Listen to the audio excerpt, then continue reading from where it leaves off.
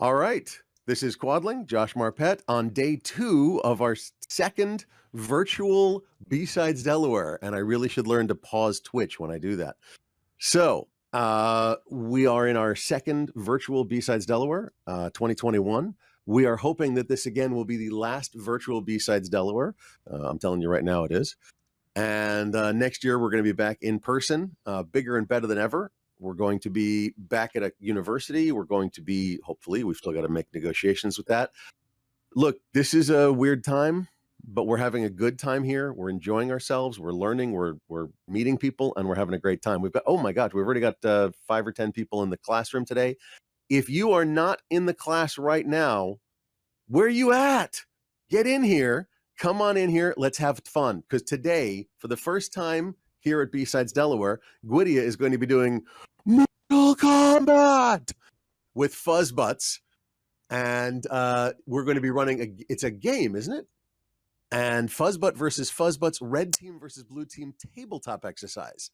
So we've got 3 separate red teams. We've got all sorts of things going on, and you're able to participate and be part of the stream. And so we can totally profit. Okay, we're nonprofit, but whatever. We can totally have fun with you at your expense. And we're going to watch you do a tabletop exercise. Now, the good advantage of this is watching people actually do a tabletop exercise. Wow, how many of you have actually done it properly before? We're going to have our very own Gwydia from Leviathan doing a tabletop exercise. Thank you so much. And I'm going to turn it over and walk away. Have a nice day, guys. All right. Hey, everybody. So, yeah, I'm Gwyd. I am from Leviathan. I'm our Tabletop Practice Lead. So I get to play D&D for fun and profit. I don't know. Anyhow, so we're going to go through pretty fun, simple game, not too mentally taxing for stupid o'clock in the morning, called Fuzzbutts be Fuzzbutts. So with that, if our good friends at PowerPoint want to actually help me, there we go. All right. Here's everybody seeing everything? Cool. All right. So this is the story so far. This is the red team versus blue team game. And we're going to get into the rules in a second, but I really like to start with the story to kind of bring you in. So Fuzzbutts.com, 1T, very important, is an up-and-coming cat picture aggregator site. They allow users to search for cat pictures by color, breed, size, and sassiness. Their claim is that their deep purring algorithm harnesses the ability of real cats to recognize and hate out of each other to allow for excellent feline sorting and discrimination. They have a security budget of, yes, but they have a small dev team, and their corporate mandate is everything they do and all their spending has to be done by consensus. Their CEO is Billy Kotor, who's, think Elon Musk with a much smaller footprint. So once again, our good friends here's the other players. So Fuzzbutts is the blue team in this game. The other players, the red teams, are Minotaur. They're obviously, Fuzzbutts is intelligent. They're like, all right, we're worried about people getting into our data. And again, in a fit of good sense, they're like, cool, let's hire some white hats. So their goal, find the most likely attack vector or vectors and report back to Fuzzbutts. Their budget is moderate, like don't go crazy, but if there's something within the realm of possibility, I'll allow it.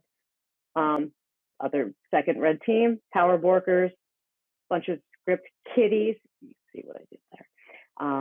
They have just, they're trying to make money. They'll do whatever they can. They kind of just want to start trouble. Fuzzbutts is coming up, getting a lot of buzz for being, cat memes. And they think they might be a good target. They have no money, but they don't give a crap about the law. Finally, there's Fuzzbutts.com. See, the letter T. They have a different, maybe not NSFW business model.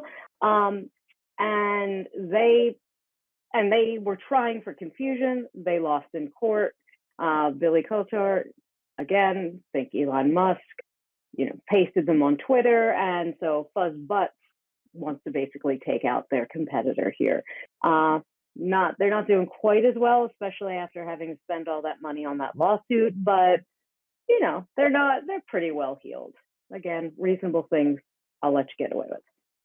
So here we go. Red versus blue. What are the rules? Blue team. What we're gonna you guys are gonna decide what teams you want to be on. So any number of people can be on any team, that's fine. You're just gonna split up and kind of do this on the honor system. Blue team gets a move. A move is a discrete step that Fuzzbutts is going to take to harden their systems before an attack. We're going to play this a little fast and loose. We'll accept any reasonable suggestion. I'm going to suggest that one person speaks for the group or types for the group, either way. But they get 3 moves, and you get to do it first. So you're going to confer privately and tell me what you're going to do. Again, however, you've got to agree unanimously, and that's the problem. Or solutions, depending on how many of you are awake.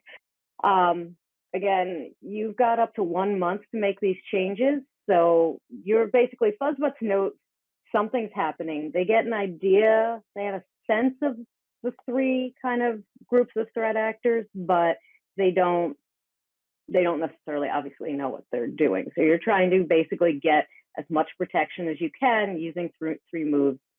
Any reasonable changes to your system, architecture, whatever the hell you do, will be allowed. The red team, each of the red teams, and again, you can self-select all the red teams, or up 1, 2, or 3 of the red teams can be in play. Y'all can decide what you want to do there. Each of you is separate. Each of the red teams gets 1 move. So again, a move is a discrete step that your team, that your character thinks is going to get you towards your goal. Again, split into a separate Discord, or if it's just one of you, fine, you're going to DM me. Y'all can assume up to 1 year's planning, like Minotaur would know what we're doing. I mean, them. The Borkers have been working on it. Fuzzbutts has, lawsuits aren't short. They've been planning their revenge. So, but it's got to be reasonable. Again, I'll be reasonable or at least funny, and I'll allow it. What's the end game? Both sides are going to present your moves publicly. First blue, then red. I'm going to adjudicate them based on a combination of reasonability, appropriateness. I may ask you to say, okay, why are you doing this and how? And probably go to the dice. I'll usually approximate a percentage, like usually a D10, a percentage of how likely it is.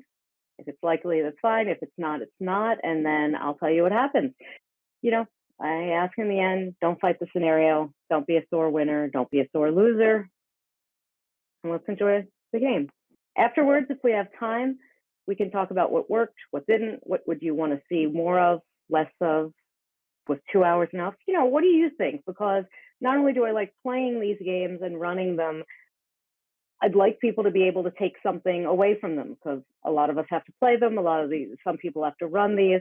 So let's think about what value this is to you if we have the time. If the game's really cooking, then I'll take my answers offline. And would this be useful to clients? And clients being really broadly defined. You may not be a consultant, but there's somebody you're doing your thing for, even if it's just you. So maybe give a little thought to how this type of thinking about security, this sort of gamified thinking about security, is going to work for you or whatever your concern is. And at the end, my cat Nimbus will tell you. So that's it. Now, that is it for the need for the slides, though I'm happy to go back to any of them if necessary to describe anything. This is where we are going to split up, actually. I'm going to ask you guys to split up, but let's get a sense of how many people are here. Okay, cool. Like we have, besides me, a total of 9, so there's 8 of you. Feel free, I think you guys can unmute, right? And let's talk about who wants to be on what team and where we go from here. This is only going to be as fun as how interactive you all want to be. All right, Julie. Just testing to see if we can unmute. That's Yeah, everybody should be able to unmute. okay, cool. So yeah, now this is much more about talking back and forth like any game would be. All right. So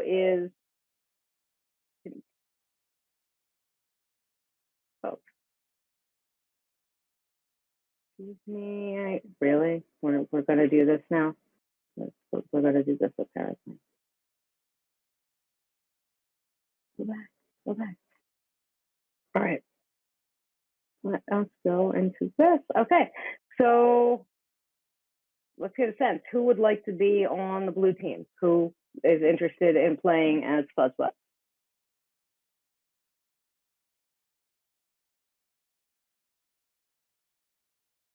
I can be blue team. Okay. Who is that? Oh, Tina there you go. Page. Cool. All right, Tina Page, you're blue team. Anybody else want to be on blue team? I mean, if you're the only one, then that's going to really make conferring really easy. Anybody else want to be on blue team? I'll also assist with blue team. Okay, cool. All right. We got one more. All right. All right, if I don't hear any blues, let's see. Who is interested, if at all, in being Minotaur? Yeah, nobody wants to be Minotaur. It's not as much fun, right? How about the Borkers?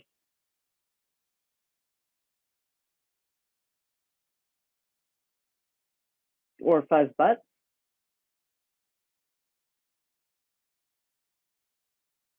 Anybody? And we have a blue team. I mean, I'll play. I'll play the other sides if we have to, but it's way more fun if you guys do. Let me know what you need. I'll play right. any player. All right, I think that Fuzzbutts, the competitor, is probably the most fun out of the three. If you only have one red team, that's probably the most fun. So we have two people as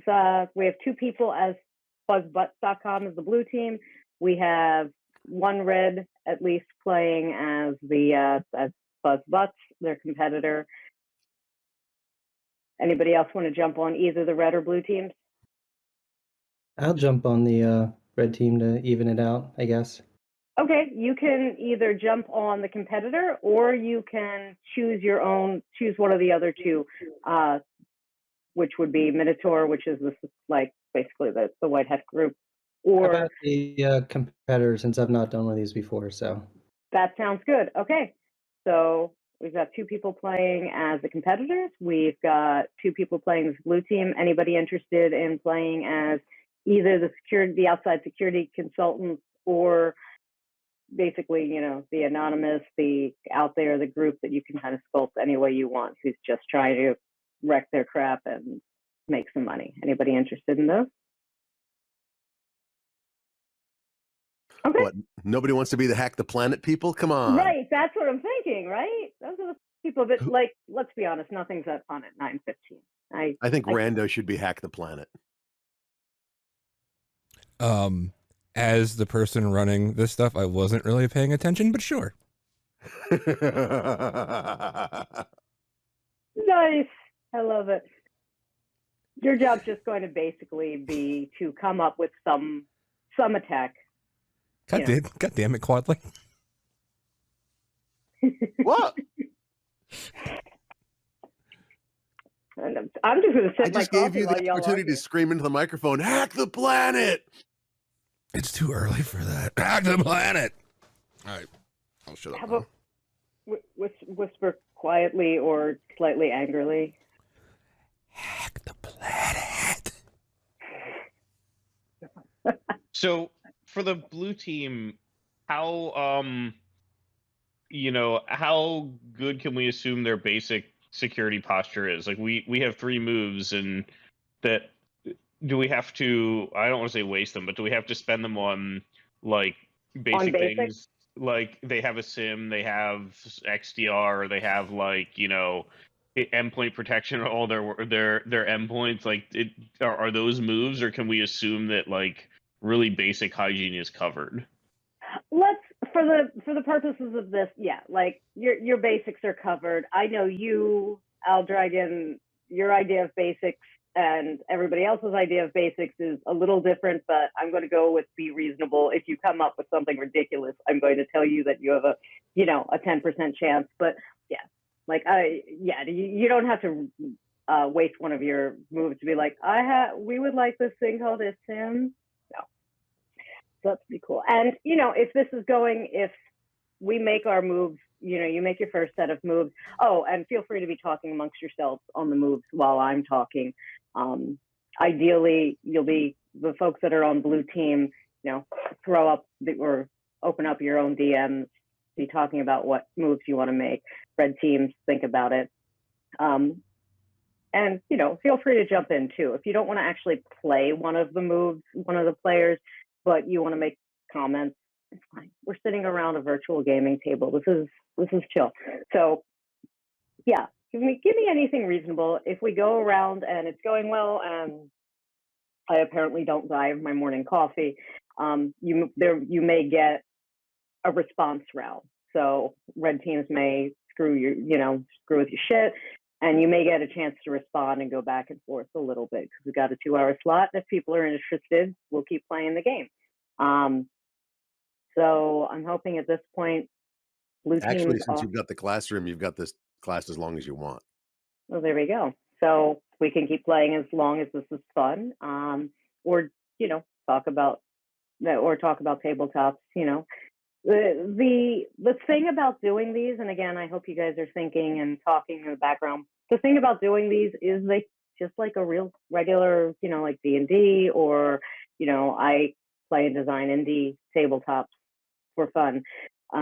They go at the speed of the players to a certain extent. The person, and this is true when you're doing them for real, when you're doing them for a client, sometimes it's pulling teeth, which is kind of why I try to design these. And there's, you have options there. You can get a little crazy, which, you can run up cat memes. If you've got that one old head who just like knows all the answers and nobody's talking, you can, what I call bad clams them out. Like, okay, great. Y'all went to lunch and you had the bad clams. You're out for the rest of the scenario. You can really, you can put injects in, which is, dropping bad shit in. So my favorite is what I call the Arizona Bay scenario. Like, okay, guess what? The entire West Coast is dropped into, earthquake, dropped into the bay, or dropped into the Pacific Ocean. Arizona, now beachfront property, which also means that like all of AWS West just dropped, all of everything else just dropped. And how do you deal with something that sounds ridiculous, but could happen? Maybe not that much, but like, how do you deal with real catastrophe? So there's a lot of ways to go with this, even if you have to do tabletops or IR thoughts or, writing standards, and, you're trying to figure out the worst.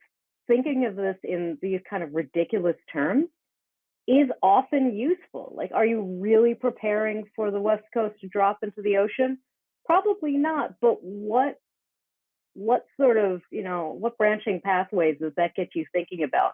And it's a lot more fun to do it like that than it is to be like, okay, and then this backbone went down, and then this happened, and then this happened. You're going to get the same effect, but you're going to enjoy it a lot more. And, there's a lot, even if you're not doing it, formally, there's a lot of nice gamified tools you can use to be doing this stuff, like backdoors and breaches, elevation of privilege, yada, yada.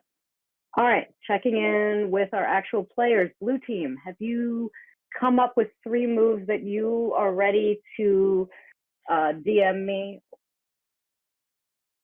Or, let me know secretly, because obviously I don't want red teams getting all sneaky and changing. We have 2 moves and a bad joke. Where that is perfect. Okay, so I'm going to let you do those. Given the way we're doing it here, usually I'd have you send them to me and I would do a little adjudication on it, and then Red would respond, would respond secretly.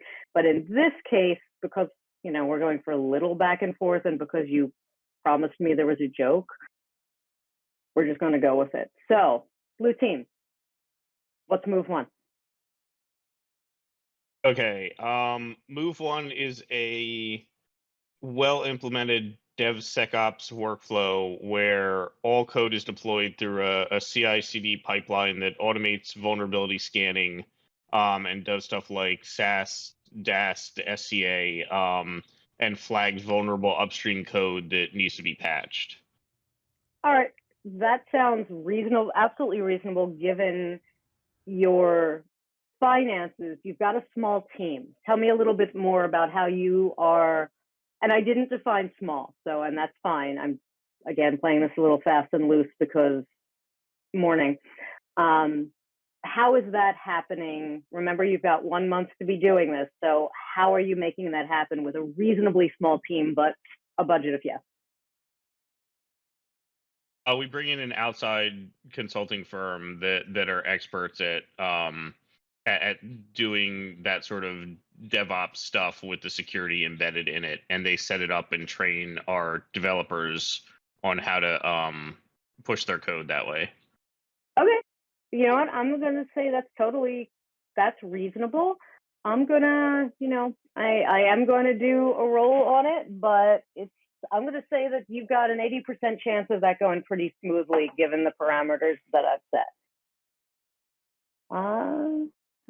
If I thought about it, I would have done my dice roller in the second screen, but nobody actually gives a shit. Yeah, 90. You got that.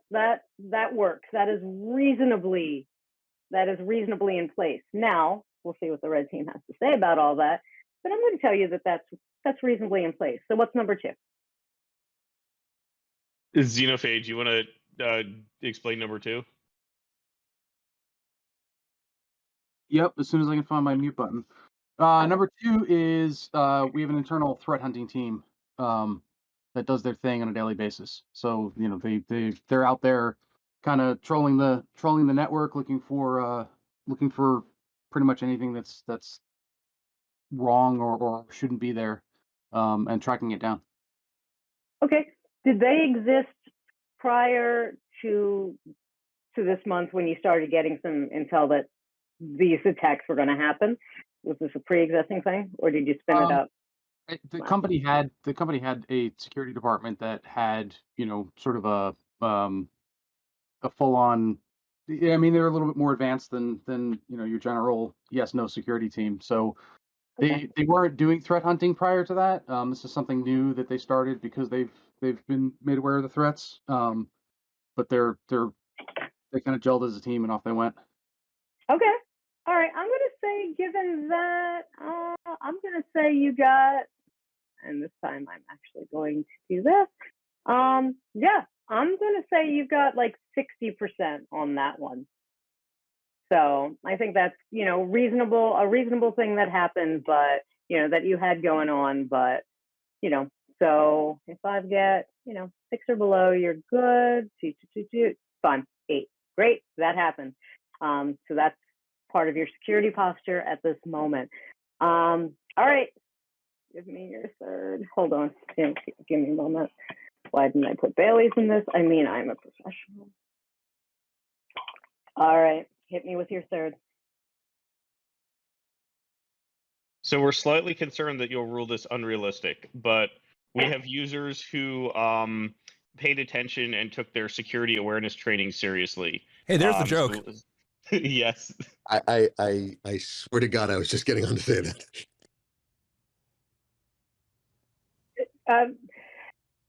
I mean, I'm going to give it a 2, so that there's actually a chance of you making this roll. Fuck no. In fact, it's so much fun. Okay, so the problem is I rolled a 9 on it. So you give people this training, but you decide to do it live. You decide to do it in person as a mandatory. Everybody do it at once. PowerPoint slides that you hand them out. You print out all the slides. You hand it to them. and it's at like 8 a.m. And half of your people are West Coast anyway, and you're doing it 8 Eastern, and at least a couple of your people, all they see is the shiny things and hear, ooh, click on the shiny thing if we email it to you, because you say, all right, we'll follow up on this, over the course of time. And at least two people say, get a really blatant phishing email and click on it. So now you've set up all of these great things, and now you're going to be at sort of a disadvantage before the red team gets in, because you've got a malware incident on your hands because you all decided to get funny. I'll say at this point, you are 50% of your team is now investigating a malware incident. So good job. Oh, that went about as well as real life. Right. See, you understand, and now you know why we're sitting here. All right. So red teams, and if you've been listening to this and you've just decided, like, okay, I've heard this and I want to get in on this, that's fine. I'll go through the red team players, and if you're like, or the red team groups, and if you're just like, oh yeah, if I were X, I'd do this, do it. All right, let's start with, I think all we had staffed so far was the competition. So folks playing the competition, what would be, assuming you get one big splashy move against these guys, what are you doing?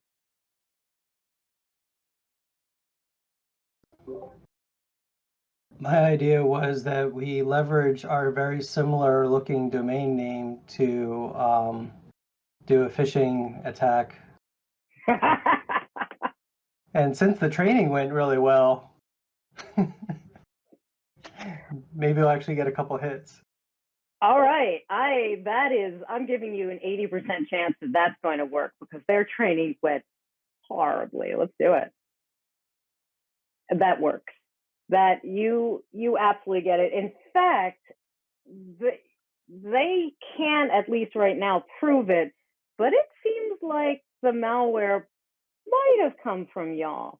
However, that being said, the competitors, unlike the power brokers, do have to worry about the law. So I'm going to say you guys have a pretty good budget. But I'm going to say that you guys need to, I'm going to, in real life, I'd have you guys make a roll, but I'm going to say that you're going to have to survive whether or not it gets traced back to you. So I'm going to say there's a, let's say 40% chance. So let's see what we got here. That it gets traced back to you. It does not. So you have absolutely, through a brilliant Fuzzbutts related phishing scam, hit them. They're dealing with some sort of malware. We'll figure out what that is probably in a second. Speak up, anybody. Who's to say one of our user accounts wasn't, hacked and used to attack our competitor accidentally? Just, you never know. Accidentally. Exactly. No, that's exactly right. It doesn't come back to you. Obviously, everybody thinks that it might be you, but nobody can't really prove it. And you did well enough that, at least right now, I'm going to say that there's not social media blowback against you, not reputational damage. The roll went well enough. Had it been a little lower, I think people would be more suspicious. But right now, it's just in the could have happened, but didn't. Does anyone want to make an attack on behalf of the outside security company, not the ones that Fuzzbutts said they hired to harden, but pen testers? Does anybody want to make an attack from the point of view of some hired pen testers?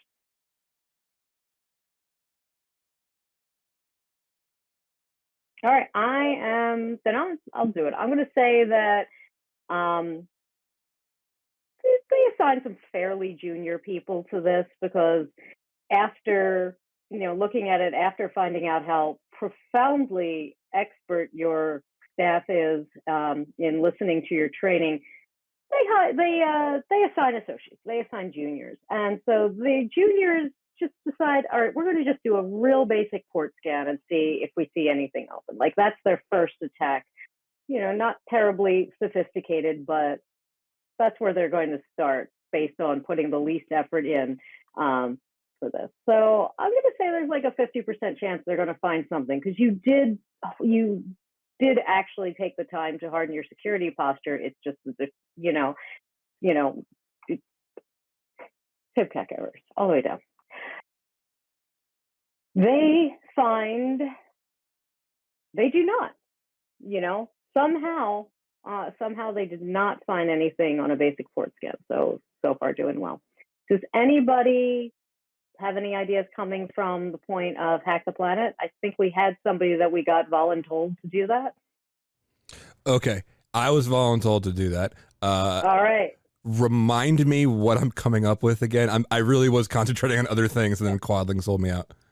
Yeah, no, you're fine. You're coming up with an attack against how would a Hack the Planet kind of group hit a like late stage startup that's decently well set up, like, and your goals are what you want them to be. Ideally, you'd like to make a little money, but you might just be going after their reputation. You're just kind of a loosely associated group who is trying to make trouble whatever way you want. Sure. One of our operatives took a stroll to get some coffee past their office and dropped a few USB keys out in their parking lot, which have some things that are going to happen when they get stuck into the machines.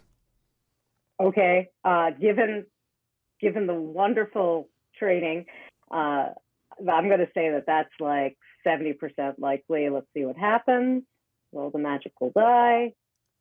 Oh yeah, that works. So tell me, what was on those keys? You get to tell me exactly what was, tell them what they're coming up against now. Sure. They were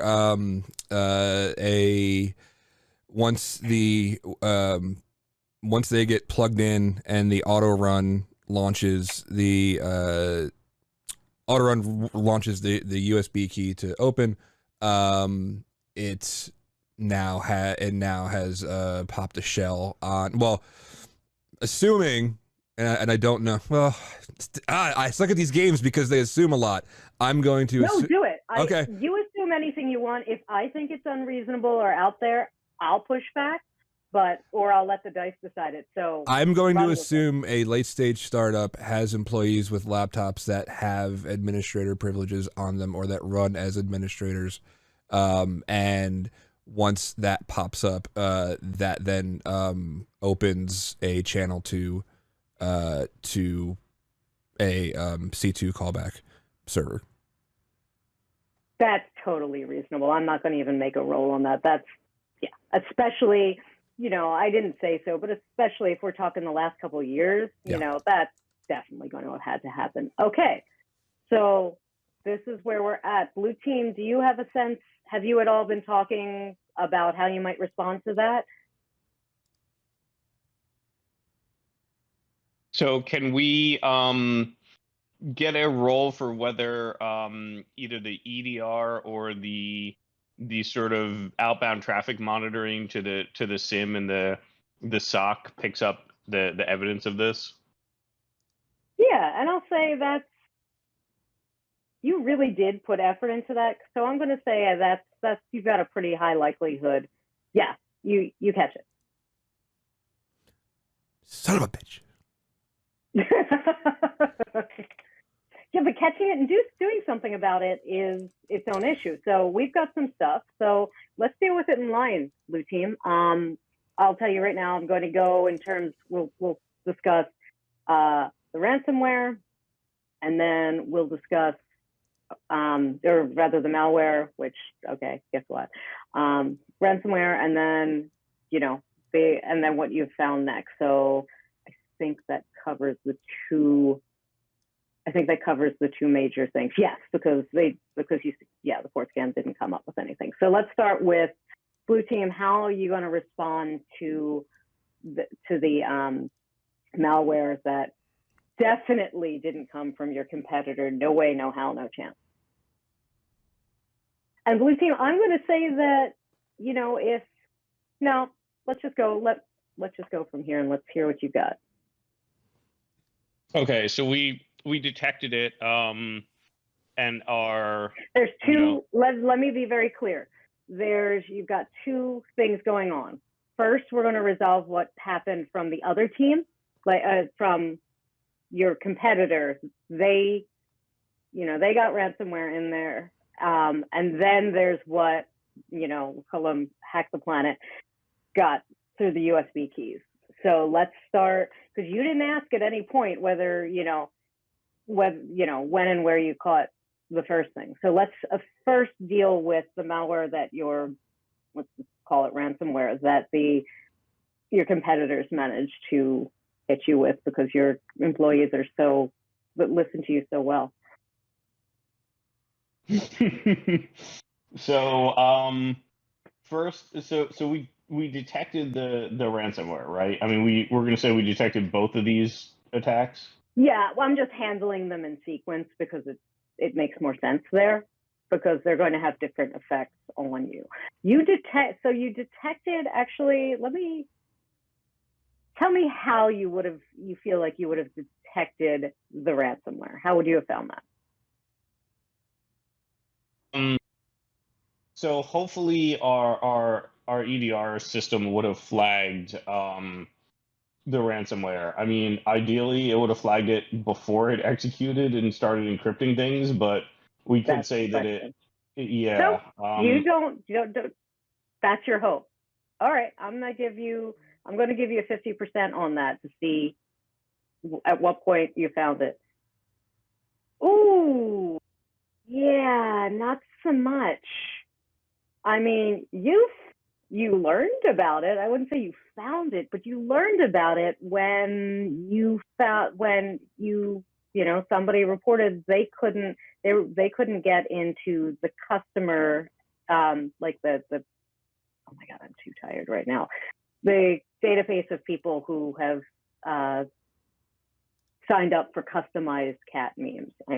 It's way too early for me to whatever. So you basically, that database you can't access. You find out about it because somebody goes and you get a splash screen saying,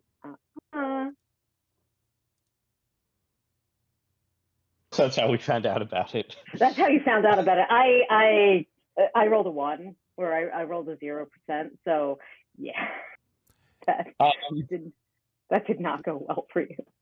So we launch our incident response plan that we absolutely have from it being part of the basic cyber hygiene to assess how damaging the ransomware has been. How many of our systems are inaccessible now? What did that? Okay, you have an IR plan. I'm going to say that you have a well-written policy. In fact, you have a wonderful policies, procedures. You even have a playbook. It's beautifully written. Your outside security consultants know what they're doing and will give you the finest documentation possible. How'd you get that information to your employees? It was absolutely printed out, so when their computers became inaccessible, they still had it.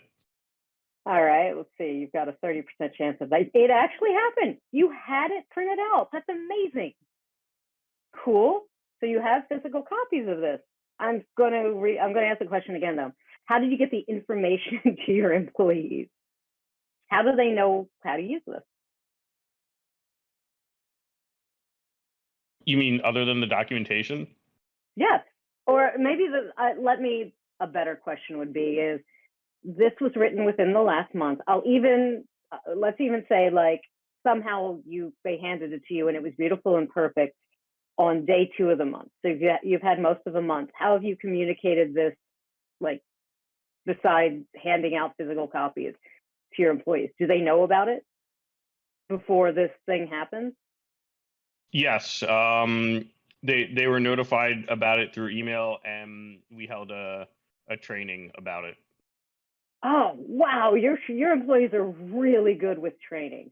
though I'm going to say this was your security team, so you're going to get a better chance at this. I'm going to say that there was a 60% chance that most of your people read this. Yeah, okay. People have definitely read the playbook. They've read the policies and procedures. Given the short amount of time, they probably haven't had the time to drill it. They haven't had time to do a tabletop, but they've at least seen these things before. Okay, so give me a sense of what that might look like. What are those, what does it look like? What are you actually doing? And if there's another, Aldragon, you rock. If there's somebody else on blue who wants to talk about this, or even somebody else just in the group who wants to give some opinions on what this thing should look like, feel free to help out Blue in the interest of having more interesting discussion about what a playbook for a ransomware incident should look like, what you would hope that these guys had in it.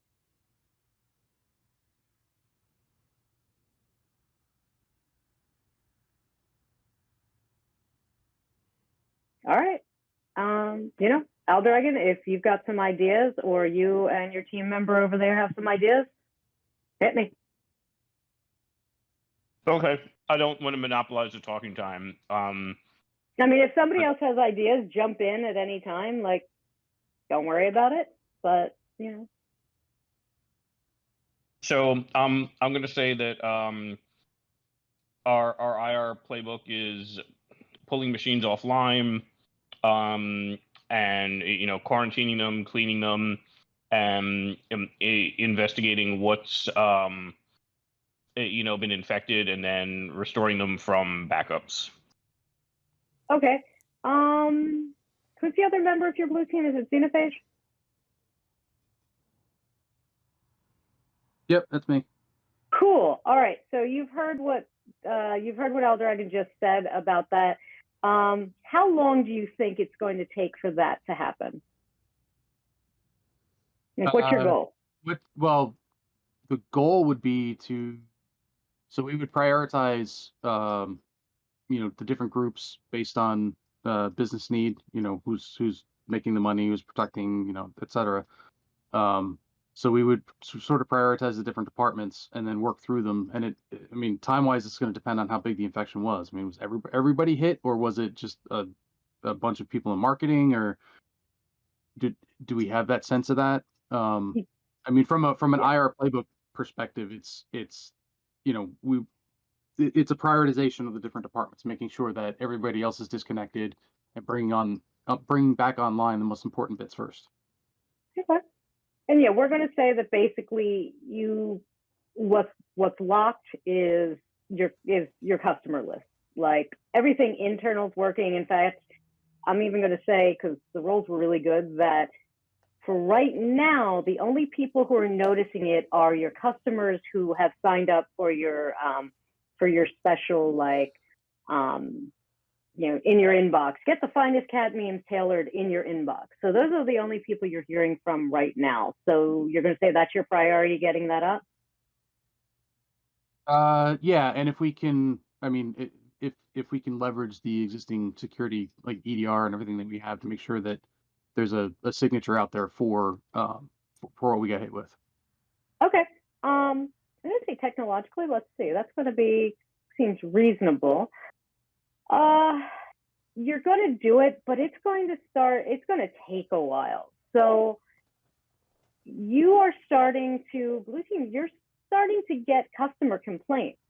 It starts as a couple of emails, but you're getting overloaded. You're doing really well. And it's not hard for people to, you've got a really great, report a bug, vulnerability disclosure thing on your privacy page. So now you're starting to get some pressure from the outside. You're starting to risk reputational damage. How are you going to handle that? The way that all good companies do, we're going to throw money at it and hire some firms. So we need some marketing firms to make sure that the right people, crisis management firms to make sure that the right message is going out there, and we'll bring in an outside security vendor to help clean up. Okay. And I'm going to say, Aldragon, do you have a sense of a vendor that you would want to use in such a situation? Leviathan? Oh, you I pandering love you. panderer! I love you. I love this, but we don't do reputation. We don't do PR. I was thinking specifically on PR. I know nothing about PR firms, but let's say whoever our CEO's brothers, cousins, whatever, knows that heard about the situation and got on the phone really quickly to make the sale. That's kind of what I was hoping for. All right, and you're big enough that Billy Culture really does know some decent firms. So I'm going to say, there's a 60% chance that you get somebody 70, that's not, and it's completely monstrous. Okay, so you hire an outside firm that's really good at triaging the individual customer. Like they are definitely doing that. They're somehow putting enough person power on it that everybody's getting a personal response. Unfortunately, they don't seem to know what Twitter is. So yeah, your stock is starting to go down a bit. And as a result, let's just say that Billy Culture, again, Elon Musk in a skirt, is starting to scream at you. So let's leave that at that point right there, because you've got another red team issue to deal with.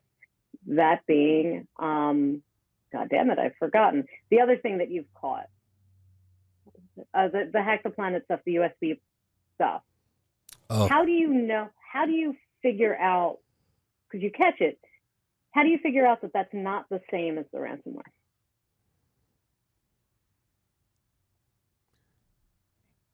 You don't.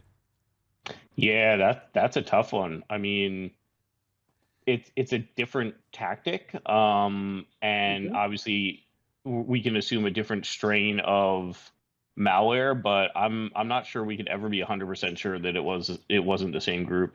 So what do you do about that? How do you respond to that attack at all? You caught, yes, technologically you kept that from fucking your shit up, but was I allowed to say that on the stream? Oh, well, I did. Oh, hey, Kelly, I'm sorry, by the way, do you have a running, so I put a scoreboard up on the screen. Do you have a running point tally for this or no? It's a scoreboard, not useful. That absolutely works. I've just kind of been mentally going back and forth, but I'll take a running tally all day. That's cool. Okay, so I have it and I can just change whatever. So if you want to give a periodic score update, I can always update on the stream for anybody who's coming in late. Nice. What do you have? So Nothing. far? I have the scoreboard up. That's it. Yeah, the scoreboard. Okay. At this point, wait. I'm gonna think. Red 0 right now. No, that's not true. Red 1 because they actually got the malware in. Hack the Planet did not succeed, so that's red 1. Blue deflected that, but is really up the creek. So right now it's with the malware, so it's 1-1. Okay.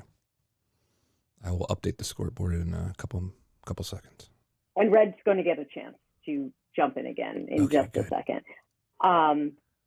There's so much here. Actually, Blue, I'm going to have you think about the idea of how you're going to respond, how you're going to try to prevent the USB kind of stuff from happening again.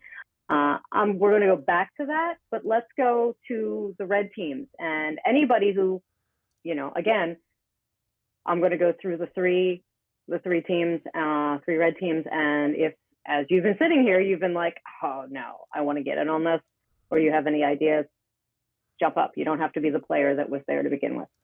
So whoever was playing, people who were playing the competitor, you have been watching, that you know that the payload was deployed, you don't know what's going on internally, but you definitely see what's going on Twitter, and you know their CEO, so you know she's our shit. So that is what you know based on your original attack. Okay. Fuzzbutts.com. Now what do you do? I have one. Good. So we're all about chaos, and we see they're taking hits. We imagine that their team is busy, so we want to make them a little bit busier. They had mentioned that they have a bug bounty program, correct? Oh yeah. So there's nothing to say that during this bug bounty program that we have to tell them that we found anything. So we go to their we do scans of their environment, figure out where their web server is, and we throw some scans at it and see what it has, and it turns out that it has a vulnerability, and we then deface their website because we're just not, well, I don't want to say just because we're a hacktivist thing, but we think that more public the better, so we deface their website and that to get some attention. Because Cat memes deserve to be free. Yeah, cat memes deserve to be free. No caged cat memes, free range cats for everybody. And then we so we do that because we know it'll be public, and we know that it's going to cause hopefully it causes a little bit more chaos on their reputation. Okay, so this makes a lot of sense. Initially, now you wouldn't have known that this, your red team wouldn't have known this, but initially we know that the juniors over at Minotaur didn't find anything when they did a port scan, but you're absolutely right. It's freaking chaos, and that's probably not priority one. So I'm going to give you like a 70% chance of finding something there. So let's find out. Oh, magic, not 8 ball. Oh yeah, that works. The website is, tell me what the website reads right now. What does it read right now? It reads that all of the cat memes and pictures have been stolen from other creators. We've created some other social media accounts to have those same things, and we've created some accounts complaining about it that point to it. This is all, of course, completely false. But it's okay. So the site says that, but you haven't set up fake Twitter accounts. No, we have.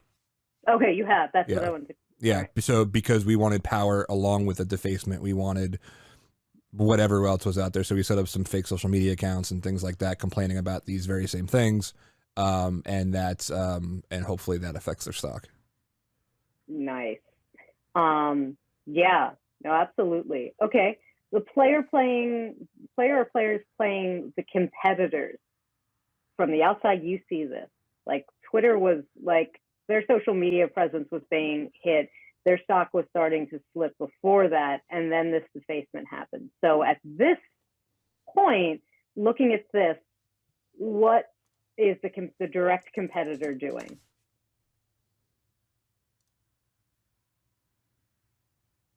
Who did we have as the direct? Who did we have as the direct competitor? I don't remember. I was one of them, I think. Yeah. I was the other. Okay. I'm not sure. Just a negative PR campaign to point out, all their deficiencies and try and, lessen their value. Smear campaign type stuff. I don't know. Yeah, no, that's absolutely legit. I mean, one of the things I like to point out in these games and encourage is it doesn't always have to be a technological attack, a smear campaign at the right time matters, social engineering matters, there's lots of shit. So yeah, that seems totally legit. Just pile on. The danger for you guys is blowback right now about, looking like bullies. Now, the blue team CEO is known for being a bully anyway. So even before this, she was not, beloved on the internet. So I'm going to say there's a 30% chance that, well, there's two things. Let's see, number one, if it's successful, I'm going to, in dragging their reputation more deeply through the mud, dropping their share price. And I'm going to say that's an 80% chance because they are screwed right now. Yeah, that totally happens. However, I'm going to say in terms of blowback and you guys looking at bullies, 50% chance of that happening because the internet is fickle and full of trolls. That does not happen. So, blue team, you are, I know your security people may not care about this, but your CEO, but Billy Kotor, definitely cares about this. The stock is dropping, and you know what? You may care because, that IPO is around the corner, was supposed to be around the corner, and your stock up, your early retirement is definitely on the brink right now. So I'm going to say at this point,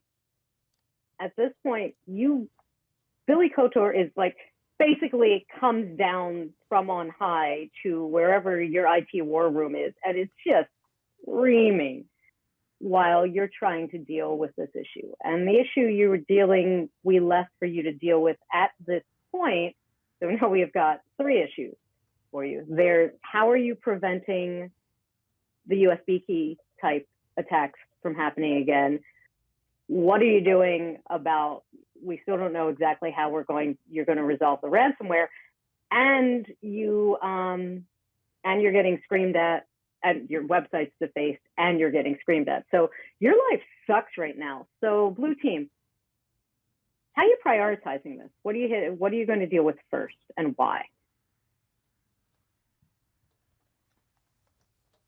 I think we'd probably continue with the ransomware first, since that's kind of a direct revenue piece that we need to handle. Yeah.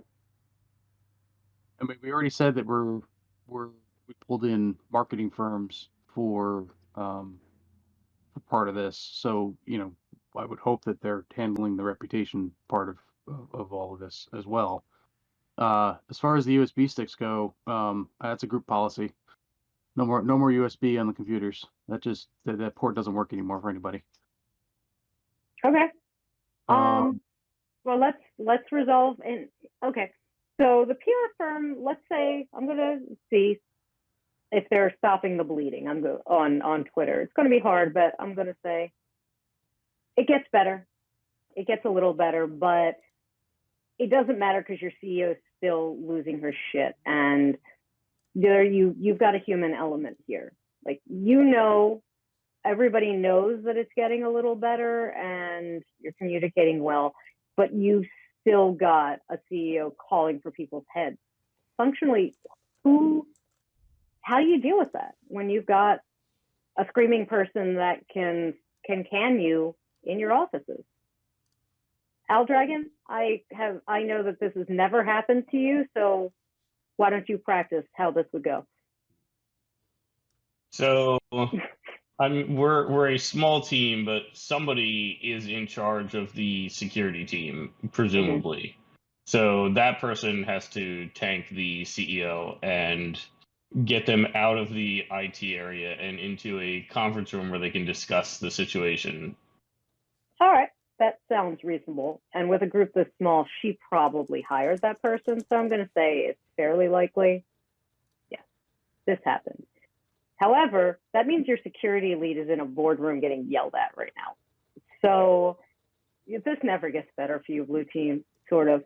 So yeah, okay. You're clear. You're absolutely clear. I'm also going to say that, yes, disabling the USB ports, absolutely key. So now you have 2 big issues. One is that you've still got an locked up data, and the other is that you have your website is defaced, which means it's a little more difficult for you to be communicating to the greater world what's going on. You do have a PR firm working that. So I'll say that part, the talking to the customers, we can at least put on the back burner. stop the bleeding with reputation getting screamed at. So, all right, let's go back to the elephant in the room. What are you going to do at this point in terms of the fact that in the ransomware? Brain, hard, morning. What's your next step? I've already forgotten where we left off with the ransomware. So we contained it. We were restoring from backup, and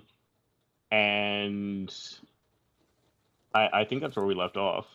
I think you did. Al or Zeno, when was your last backup? I'm going to say that we have a continuous backup system. So the point in time recovery is an hour.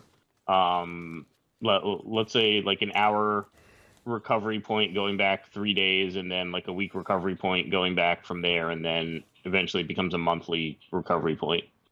Okay. Also on the scoreboard, that's going to be Hack the Planet pwned them, so that's definitely going to be one for them. The opposite, their competitor did a great job at launching a campaign without getting blowbacks, so that's a point. However, they did manage to calm down their CEO, so right now I think it's red 3, blue 2. All right, so all right, you're doing continuous backups. Are you on-prem or in the cloud? Either one of you can answer. Or hybrid. My vote is both. There's an on-prem backup that gets backed up to the cloud. Sounds reasonable. All right. Yeah,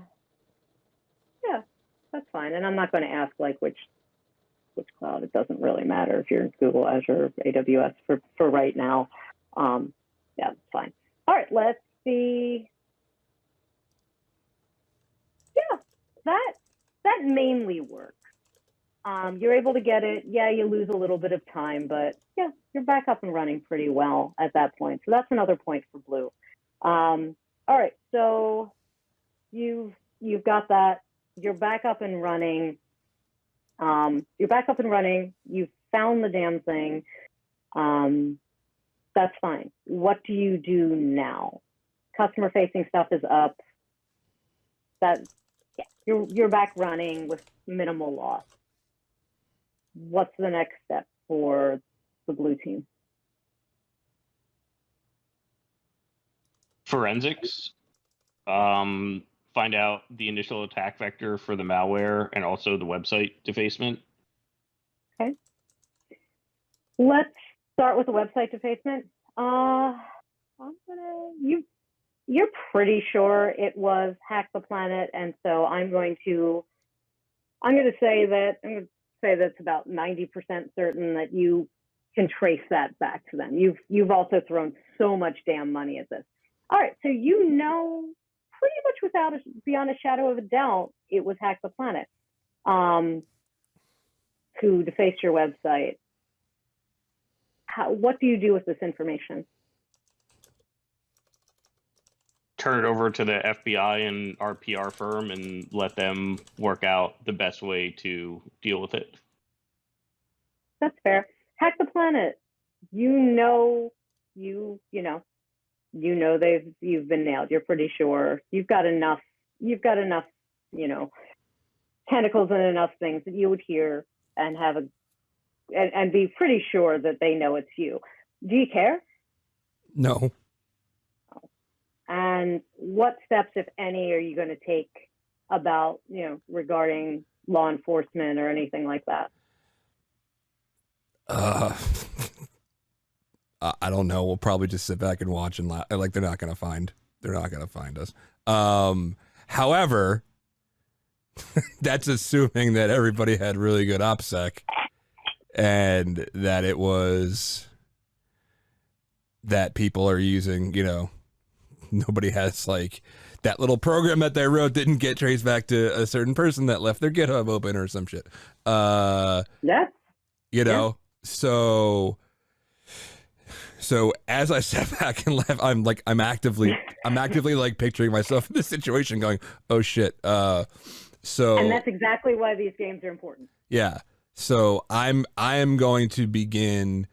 I'm going to check my hubris and go back and see what we have facing. I'm going to go look at our code that was generated, see if I could trace back anything. Do we have any GitHubs that are traced back to us? I'm going to start scrubbing. Because as funny as this was, now that we know Leo is coming, we're going to start scrubbing. Yeah.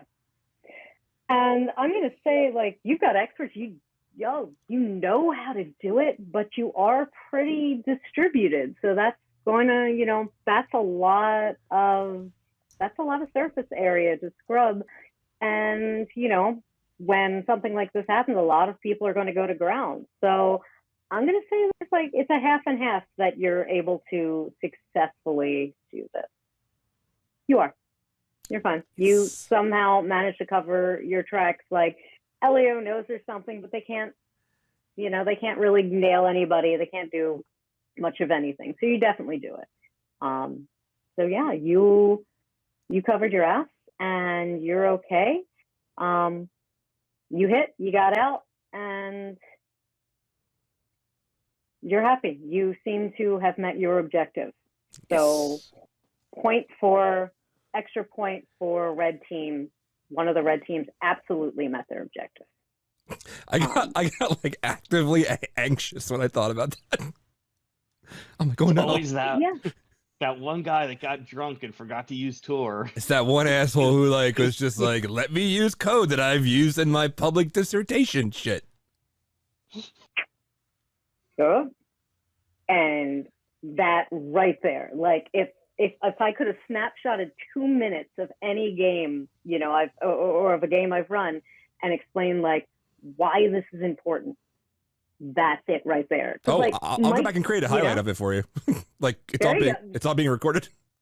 That's perfect because you go through these. If you go, if at work or whatever, you have to go through tabletops. Like those, I've noticed those moments don't happen. Like every once in a while, you're like, oh, I should have done this. But like that, oh shit moment, I've only ever had happen in the gamified one. And I think it's because my theory is that people are thinking out of the box, they're chilling, they're thinking about things that seem, that at first blush, like you, exactly as you just did. You're like, well, this could happen, this could, wait a second, as I'm thinking about this could be bad. Because you're going down that route. Awesome. So there's where we are there. Competitor, you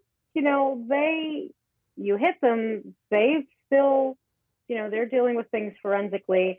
We haven't quite resolved the ransomware forensics yet. So right now, I would say you're doing pretty well. You absolutely hit them.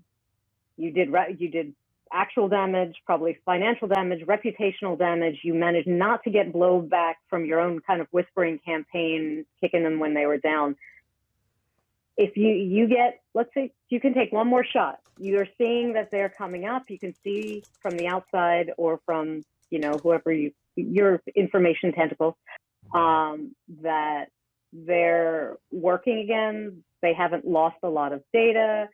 They're slowly rebuilding their reputation. Their IPO is definitely now an extra year away because they're going to have to go through a mountain of paperwork and just to rebuild for value. That's their posture right now. Is there another hit you want to take? Yeah, I would say like when they started having to do PR and they're noticeably in a public that they're hurt and they're paying security firms to repair damage done and stuff like that. They're putting out a lot of money for ads on cat memes. So now it's like a really good time to appeal that court decision and take them back to court and hit them with more lawyers and legal fees. Because maybe the money won't work out. Yeah, that's a good point. The copyright thing, yeah, the copyright thing was probably settled, or rather the trademark of Fuzzbutts versus Fuzzbutts is probably settled. Absolutely. But there's, as a former litigator, I can say, you know, there's always something. There's always something. And, you know, even if the case gets dismissed, there's good stuff there. Blue team, that gives you another wrinkle because I'm definitely going to let the competitors file lawsuits. Like, there's no question that they've got enough money and lawyers to file some at least nuisance suits. Where they go is its own thing. But blue team, especially Al Dragon, you should freaking know better here. At no point did either of you say, I'm going to get in touch with legal or compliance? Oh, shit. So you're on the back foot. I'm going to say it's about 80% chance you get blindsided by this. You do. So you are now, your company has been hit with a shitload of claims by your competitor. And maybe it doesn't matter whether they're frivolous or not. At the very least, you're looking at a couple of years of litigation because legal is not involved. Your CEO is ticked again. So what are you doing with this? Because incident response is more than technology. So we're going to update our incident response plan and make sure that legal is involved. Yeah. Yep. Might as well learn some lessons there. Yes. Are we still dealing? We're still dealing with the reputation issues, right? Absolutely, and this ain't helping.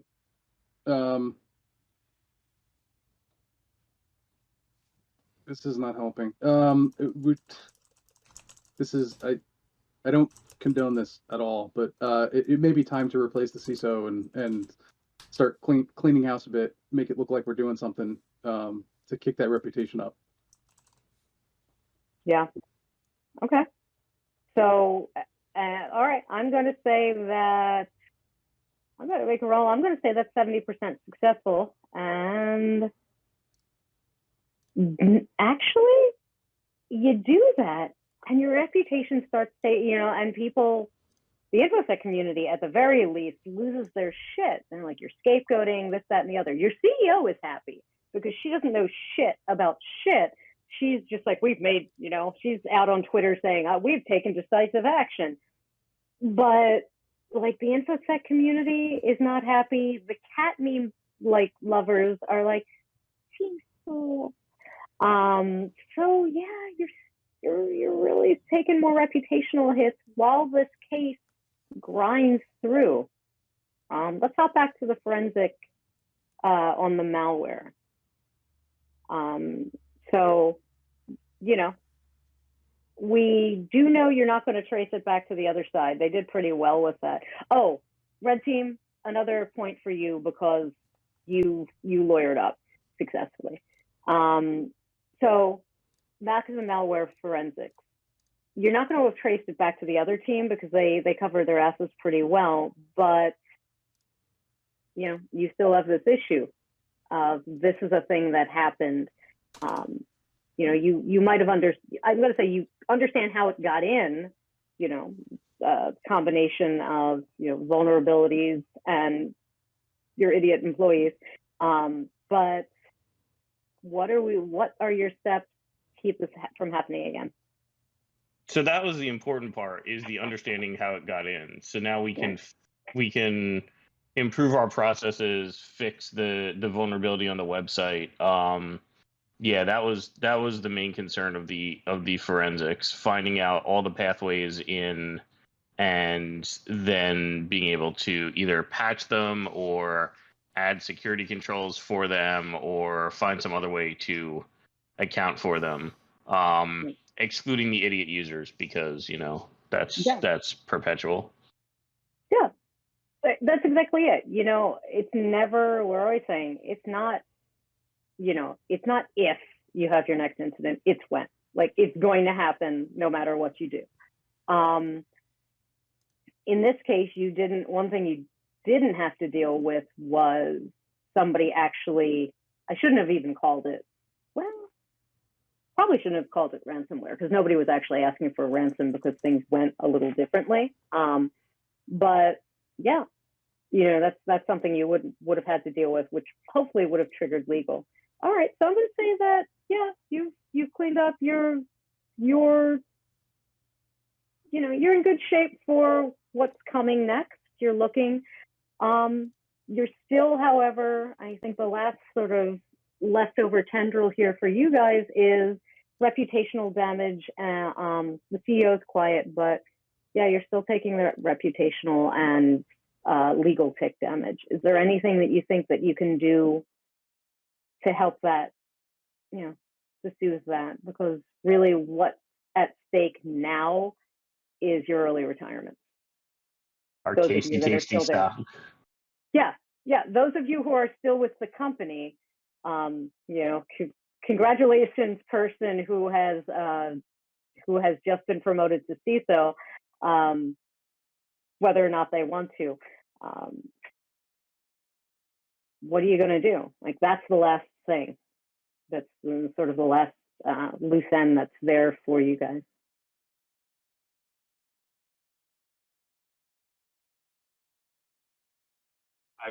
I don't know a whole lot about restoring reputation on a scale like that. I mean, from the security team side, I think we'd probably, maybe the new CISO is more of an open person and decides to start, being a bit more transparent about, both to the public and internally, about what's going on in the security team and what we do and how we do things. So, start blog entries and talks and et cetera, with sort of recapping of what happened, how we dealt with it, lessons learned type stuff. Yeah. All right. Yeah, I mean, I think that's a reasonable answer. Al, did I see you unmute for a second? So I also have no idea about PR or reputation improvements at all. So I'm just gonna go off the rails completely and say, we partner with a cat shelter to bring kittens into the office, and we set up webcams all over to just live stream it as a PR campaign. Does anybody remember Asana's thing about deploying office kittens, their proposal to deploy office kittens, which somehow is scrubbed from the damn internet, and I can't even find it on the Wayback Machine? Yes, there's no role for that. You just deployed kittens in your office. You are that blue team. I want to give you 2 points for that, but I won't, for fair. But blue team definitely gets a point. They involved kittens. Like, that's, if there's an I win button on the internet, it's kittens. Yeah. So that's a very quick run of Fuzzbutts v. Fuzzbutts. I think you can see if the game, with larger teams, with more people, how this game, I love this game because it can scale. Like, we had a 2-hour slot, but knowing it was early, we can definitely do some wrap up and stuff like that. But this is a game that scales. This was so much really, fun. really well, isn't it? And I will put this up. This deck and its materials and a couple of other scenarios I've done are up on my SlideShare. So I'll definitely throw those up or throw a link in. And they are free to use. Like, those are mine.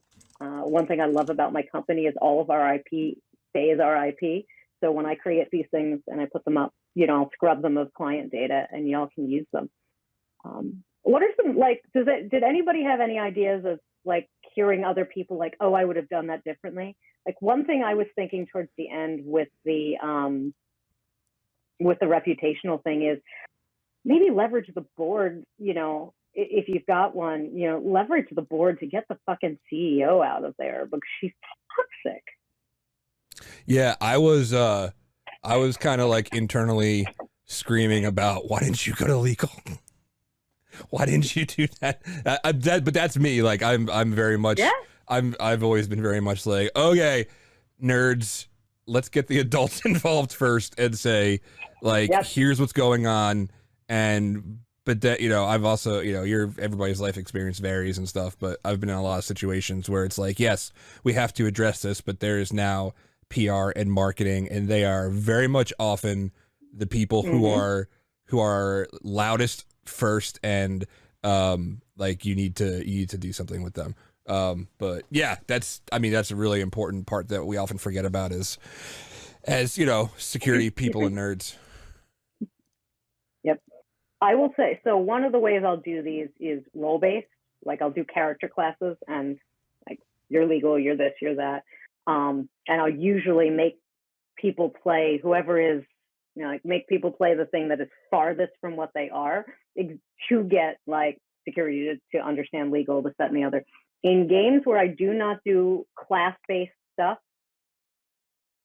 75% of the time, nobody thinks about calling legal and compliance. Let's see. Did I see you on mute?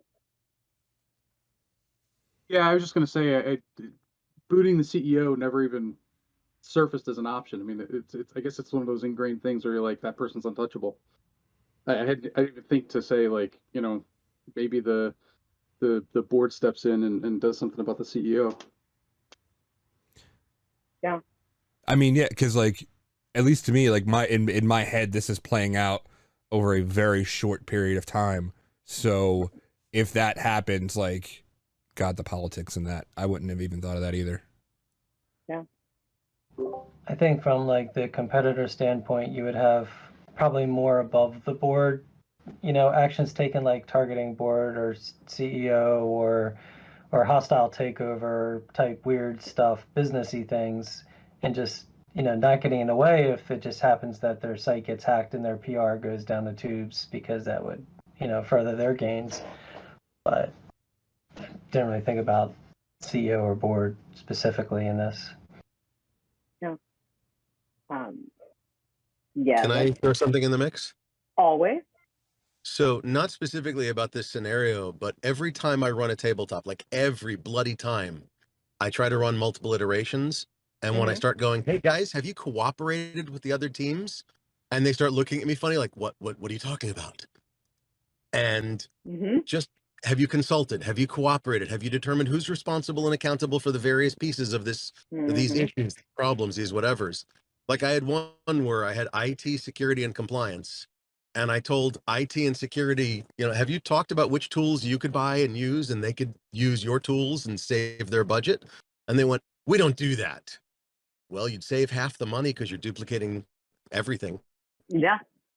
Like unbelievable cooperation, even in the commercial space, not even the governmental space where it's legendary, but cooperation is so foreign. Consultation, cooperation, you know what I mean? Oh yeah. No, that's absolutely true. And whenever I give a talk or something on September, I did a thing in Colorado where they wanted us to run a 18-person game, and then wanted me to do a little talk on like, what are the BuzzFeed 5 most important things to get through a malware incident? And I was just like, communication, communication, communication, communication, communication. And they laughed, and I was like, no, really. Because you're right. And one of the things you can do really well in a tabletop game is exactly make that point. I didn't hear because it seemed I was, we had a smaller group, but yeah, that's freaking key. It really is. One of the ways I love to deal with that, which sometimes works and sometimes doesn't, if I'm doing it virtually, this is something I got to do a lot this year, was I will just tell everybody, okay, here's a 2-hour block, and everybody has to be on call during that block. And I'll start out, everybody has to be on call on Teams or God. Anyway, during that 2-hour block, and I just pull people in as they're requested. So I'll start with, all right, customer service, you're the first person, head of customer service, you start getting reports of, and let them pull people in. All right, I'll do this and this. Okay, cool. Who do you talk to next?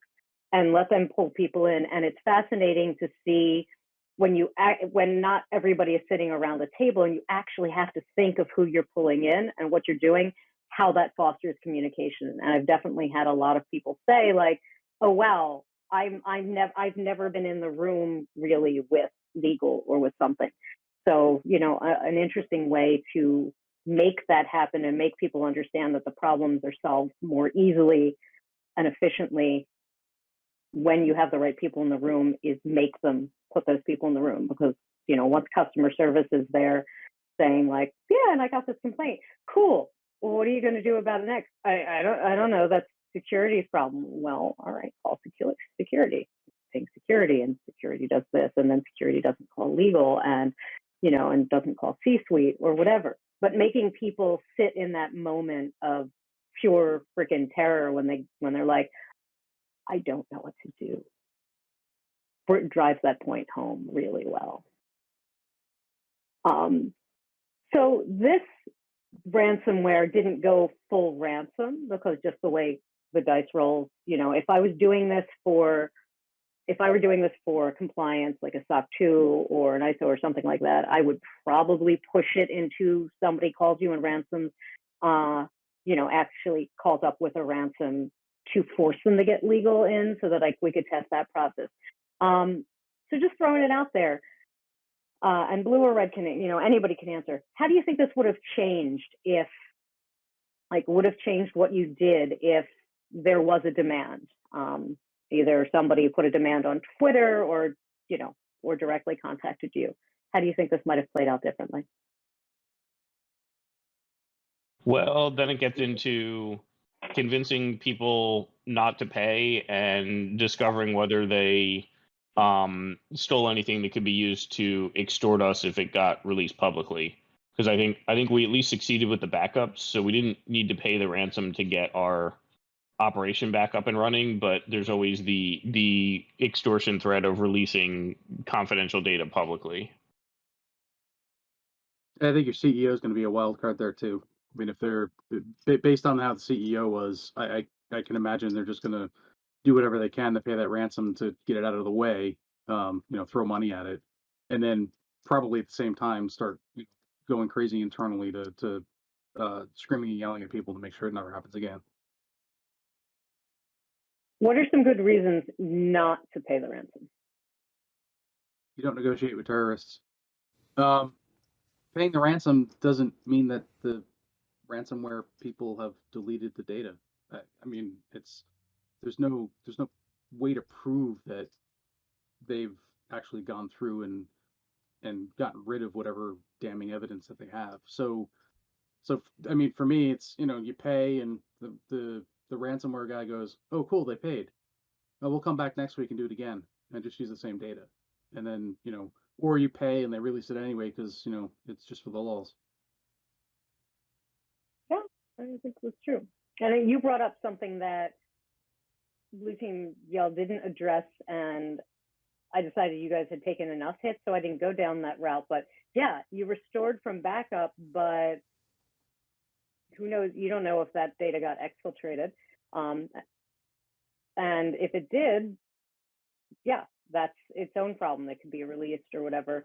Another direction we didn't take with this one was, this is sign up stuff. People sign up, which means you almost certainly had PII. You know, not calling legal could have been catastrophic there, because you're doing pretty well. Your CAT means you almost certainly have more than the 500 or 1,000 or whatever, you know, each AG, you know, attorney general in each state requires. And, you know, and God help you if you have any GDPR exposure there, because you would have on top of that had the, I think it's 48, 72. I don't know. I look it up every damn time because the place where that should be in my brain is filled with mid-90s song lyrics.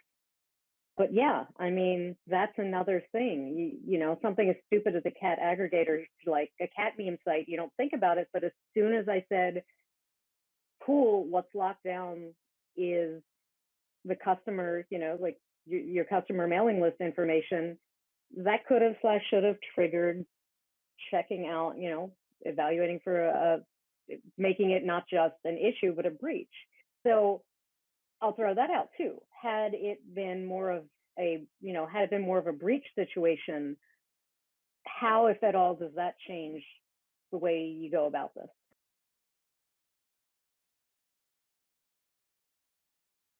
On I the, mean- I mean, on the technical side, I'm not sure that it's going to change a whole lot because Right. I mean, you still have to clean it up and restore. I mean, it's mostly going to be on the legal PR side.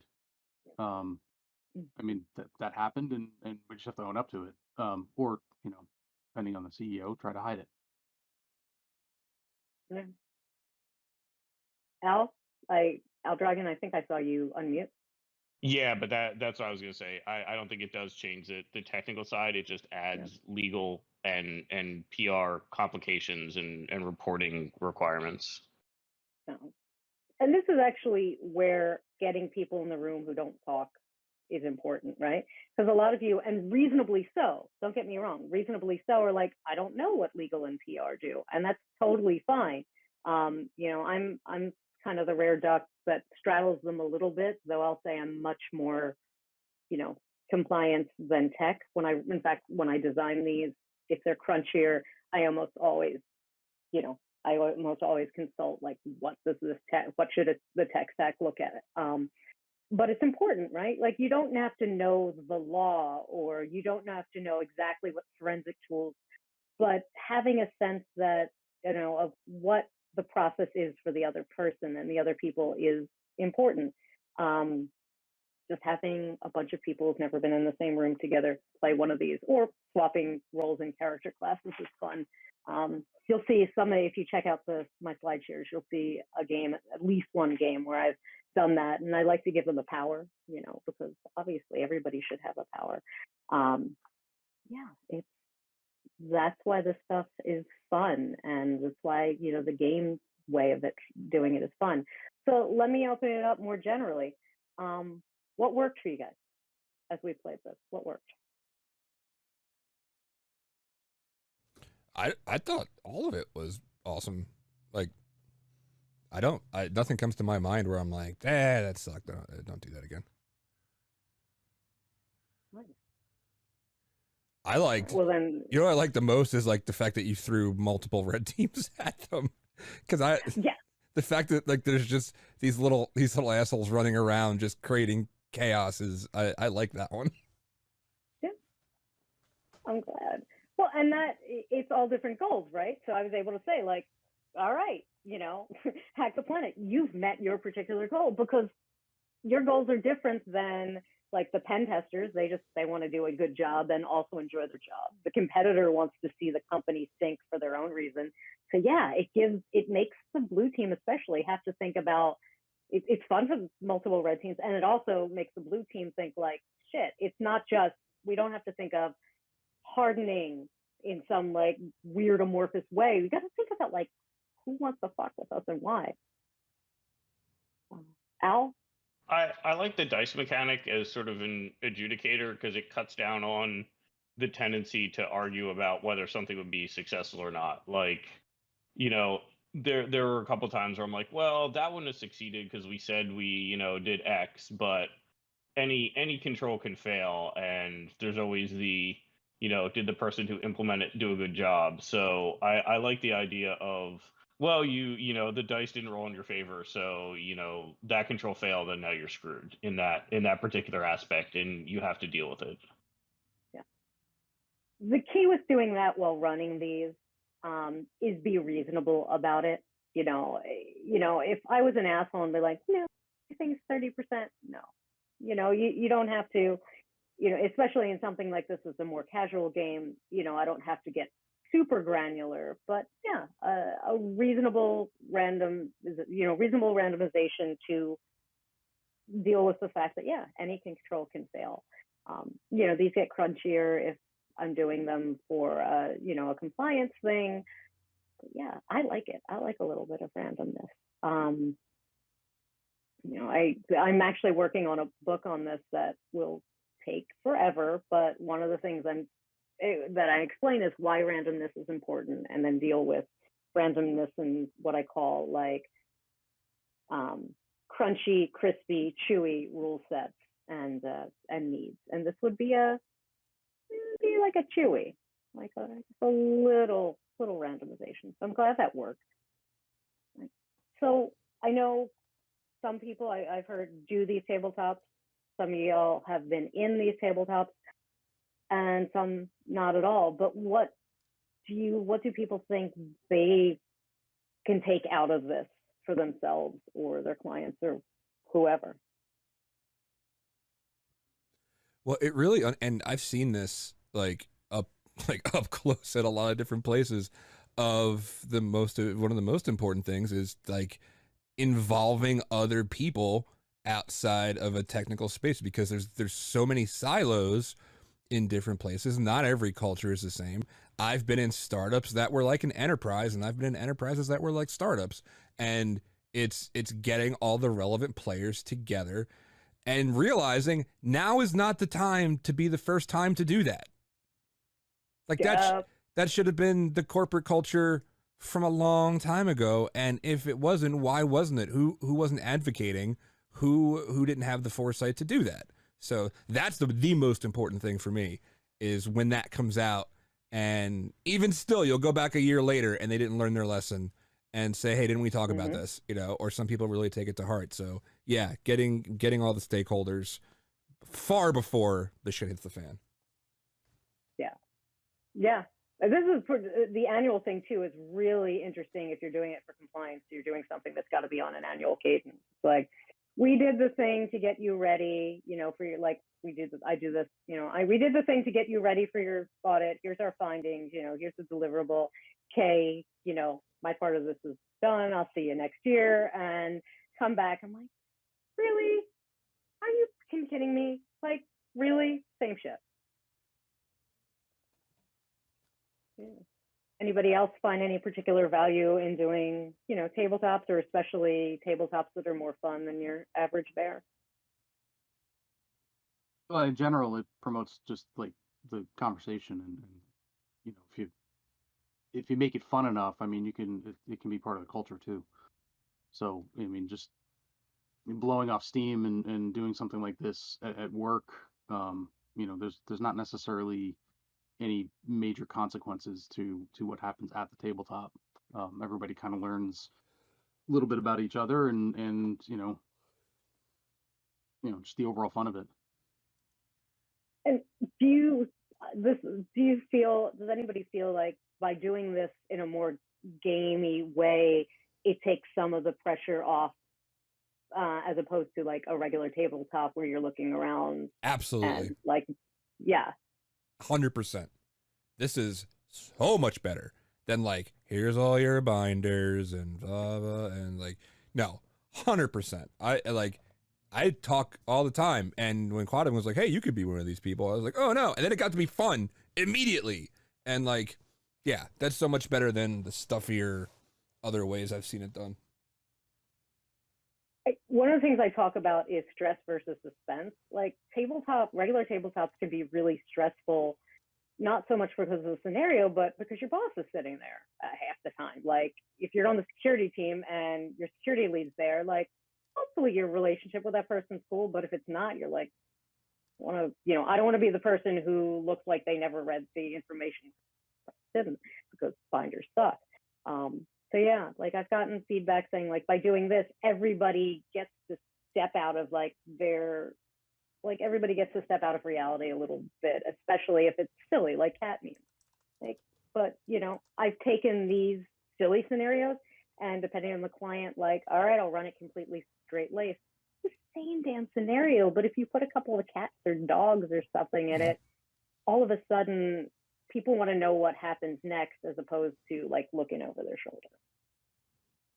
So that's pretty cool, I think.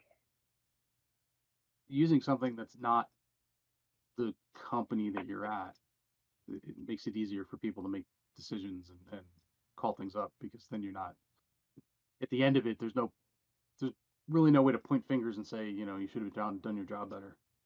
Yeah, absolutely.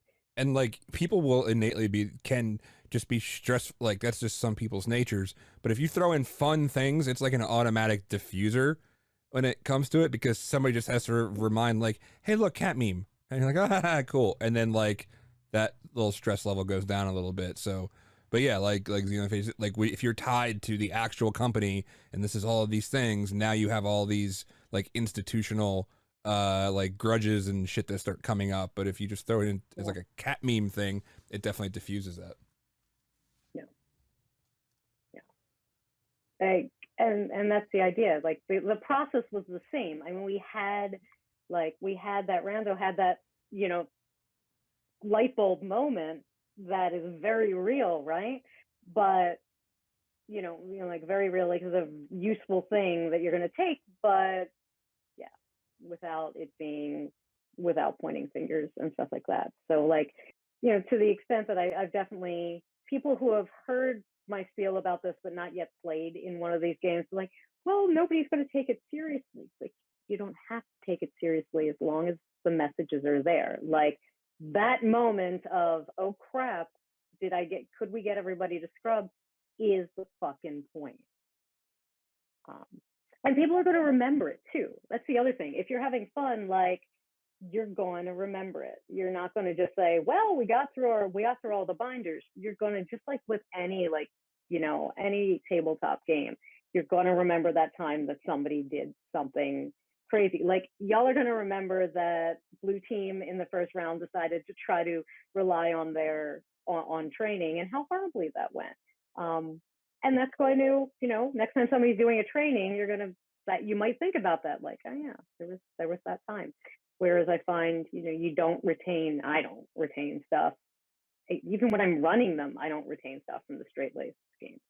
Like, oh, right, I'll go for like the next year to do, again, security cadence. I'll do the next years of one of my clients that really like wants it to be straight laced, and I won't remember yet about their findings from last year. I'll look at my deliverable and be like, oh, you did that. But the people who do that, I get to do this with, I think it's just it works out really well. Any other questions, comments, concerns, things you thought worked, didn't, anything? Like, I'm happy to answer anything about these games, anything, or to give you 15 minutes of your life back. I just want to say thank you for doing this, especially this early. Yeah, I appreciate it. I appreciate the opportunity. And I know I answered the CFP super late because this last couple of months has been insane with going around the country doing these and getting used to traveling for the first time in 2 years. So I totally spaced. What's your, you know what, that actually brings up a question. And yeah, we have a good 5 more minutes until I got to transition everything. Nice. What's been so you're playing this now with a bunch of like hackers and nerds and stuff on a actual hacker con. What's been the reaction, the way that you do this in the actual enterprise and with companies? How do they respond? Have you gotten companies that are like, this is too fluffy and this should be more blah, blah, blah? Or do you get positive responses doing this? I have gotten, everybody who has ever played in one of these, I've gotten a positive response. I've had a couple of times when I've done, you know, like the presentation to the client, like, okay, you want a tabletop? Yeah, okay, well, we can do it straight laced, or we could do it like this, and there's a continuum between like straight laced and all cat memes. And I've had some clients shy away from doing that. Just a couple days ago, I had the weird experience of, I was pitching the idea to a group of CISOs, like, do you want, you know, let's run a tabletop. And they were like, and as soon as and they're like, well, what do you mean? Oh, it's like D&D. Like, they jump back as if it was like they were on fire, like, what nerds do. So, but anytime I've gotten people into a game playing it, it's so far always been a really positive experience. But sometimes it's just selling people on this idea that you can do this, get this done and have fun, which is part of the reason that I'm writing this book. Like, it's kind of like a game, going to be theoretically a game master's manual on how to do this, trying to make it look more, make the steps of designing one of these more formal, to kind of maybe educate and have people who might shy away from it because it sounds too nerdy be more into it. But yeah, as soon as I get somebody into a game, and you know, you saw it as we got started, like everybody feeling out their space. Once that happens, they always sing, and it's nice. It's a lot of fun. And have you done it like across different verticals? Like, do you find like finance or retail or, you know, blah, blah, blah. And do you find they react similarly to it? So the one I did in Colorado was, it was an investment firm that was doing a retreat, and they got their technology partners, which was everything. They were like CISOs, accountants, yeah, lots of different verticals. And they got it too. And this was one of the ones where I switched roles where they had character classes. And it was cool because what everybody said was they were uncomfortable. They didn't know what they were doing. But they left with a deep understanding of what people on another vertical did. So that's super cool. I'm actually in the process of planning one for December for 40 accountants who, you know, who their CISO, their CEO, sorry, wants to scare the crap out of them because they don't want them to be the employees that the blue team dealt with. Yeah. So that's going to be fascinating. I think with a mixed group, it's really interesting because people can inform themselves. I'm really interested to see what it's going to be like to do it for a smartphone level tech group. Yeah. Well, you're awesome. This was so good. And you were an amazing game master. This was a lot of fun. Thanks. Well, I'm here in Philly for, running things for fun and profit. Like I said, I'll put up my slide share, and every once in a while I'll, poke people saying, hey, I'm testing out a new game. Anybody want in? So I'm happy to run things. Sweet. Okay. Well, then we are right at the time we need to be at. Perfect. Kelly, thank you so much. And for everybody who else is watching on stream, all of these videos will be cut up later. This entire game will be available for playing again. And up next, we have, why is cybersecurity like soccer? But yeah, about 10 minutes, and we will be right back.